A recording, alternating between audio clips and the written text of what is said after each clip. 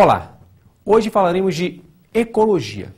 Etimologicamente falando, ecologia é o estudo da casa dos seres vivos. É muito mais do que isso. Ecologia é o estudo das relações entre os seres vivos, chamados de alelobiose, e a relação entre os seres vivos e o meio em que vive. Estudar ecologia necessita de uma análise dos seus fragmentos, de uma análise da população, da comunidade, dos ecossistemas e da biosfera. Mas o que é isto? População, comunidade, ecossistema e biosfera são níveis de organização ecológica. Sérgio, o que vem a ser uma população? População é um conjunto de indivíduos de mesma espécie vivendo em uma mesma área. A população ela é mensurada, ela é analisada a partir de sua densidade, que é a relação entre o número de indivíduos vivendo em uma determinada área.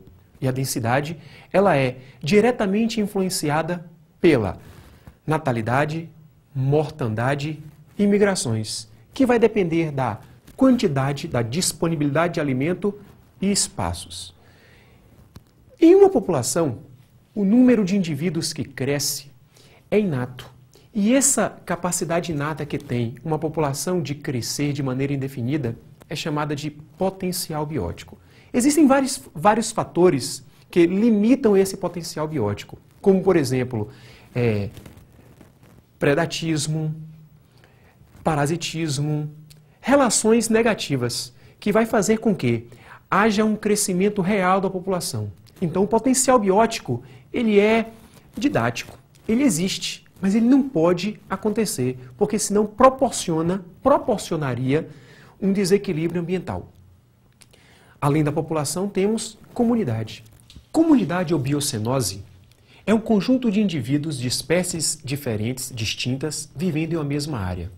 É importante saber que toda comunidade surge de um pequeno número de indivíduos que apresentam uma baixa biodiversidade, uma pequena biomassa, uma pequena quantidade de massa orgânica que se transforma até chegar em uma comunidade mais evoluída. Essa comunidade que começa, denominada também de comunidade pioneira, dá-se o nome de ecese, que sofre transformações séries, até chegar a uma comunidade complexa, comunidade clímax. Temos então população e comunidade.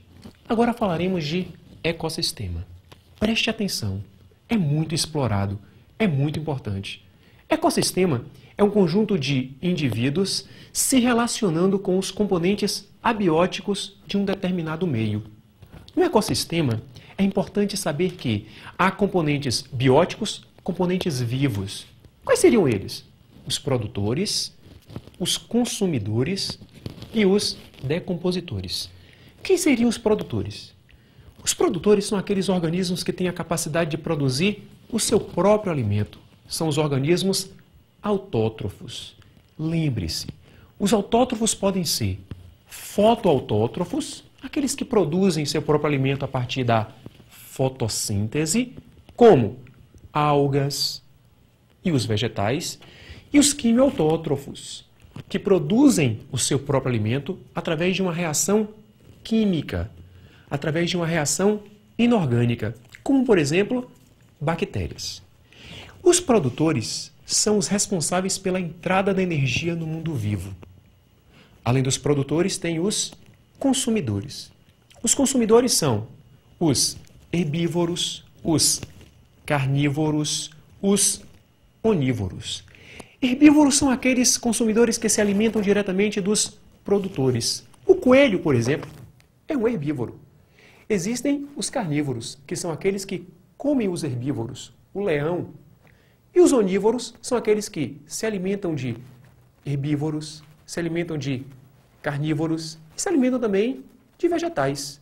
Os homens, o ser humano, é um organismo onívoro, é um consumidor onívoro. E há também os decompositores. Os decompositores são constituídos pelas bactérias e pelos fungos. Estes são extremamente importantes. imprescindíveis para qualquer ecossistema. Eles são responsáveis pela reciclagem. Prestem bem atenção, pela reciclagem da matéria em um ecossistema. Eles são responsáveis em proporcionar a reciclagem de elementos imprescindíveis para a sustentação do nosso planeta. E os componentes abióticos são aqueles que não apresentam vida. Por exemplo, vou citar alguns. A luz, que é de fundamental importância para a síntese da matéria orgânica no processo fotossintético. A temperatura, que irá influenciar a atividade metabólica de vários seres vivos, principalmente aqueles que são pecilotérmicos, aqueles que precisam da temperatura ambiente para se controlar internamente, para ter um controle fisiológico homeostático, equilibrado. A pressão, que irá influenciar no desenvolvimento de algumas proteínas, como por exemplo a hemoglobina, gases como o oxigênio, o gás carbônico e o nitrogênio. O oxigênio é essencial para o processo de respiração aeróbica, o gás carbônico para o processo fotossintético e o nitrogênio para a formação de aminoácidos e também de nucleotídeos, que farão parte da formação dos ácidos nucleicos. Na análise dos ecossistemas, é importante também observar as alelobioses, que são relações que existem entre os seres vivos. Elas podem ser intraespecíficas e interespecíficas. As alelobioses intraespecíficas ocorrem entre indivíduos de mesma espécie. Podem ser harmônicas, sem prejudicados, ou desarmônicas, com pelo menos um prejuízo, um prejudicado.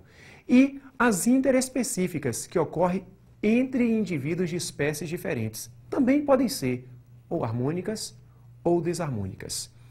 As relações intraespecíficas harmônicas podem ser citadas como sociedade e colônias, e as desarmônicas, competição e canibalismo. Já as relações interespecíficas harmônicas temos como, por exemplo, mutualismo, protocooperação, comensalismo, inquilinismo e forésia. Já as desarmônicas temos predatismo, parasitismo, amensalismo e esclavagismo. Ainda na análise do ecossistema, é importante salientar que existem cadeias alimentares que representam a relação direta entre os componentes bióticos daquele local, daquela região. Exemplificando, imagine que a gente tenha capim, gafanhoto, sapo e cobra. O capim representa os produtores. O gafanhoto, o consumidor primário ou de primeira ordem. O sapo, o consumidor secundário ou de segunda ordem. E a serpente, o consumidor terciário ou de terceira ordem.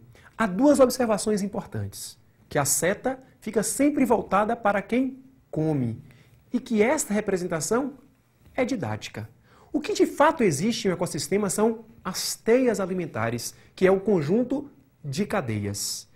Observe que em um ecossistema existem vários indivíduos se alimentando de capins, existem vários indivíduos se alimentando de gafanhotos, de sapos e também de cobras. Por isso que, analisando população, comunidade, ecossistema, o conjunto desses ecossistemas que irá compor a biosfera, você terá uma análise perfeita das relações que existem entre os seres vivos e destes seres vivos com o meio em que vive. É isto que resume a nossa ecologia. Ok? Um abraço, estude sempre e muito. Tchau!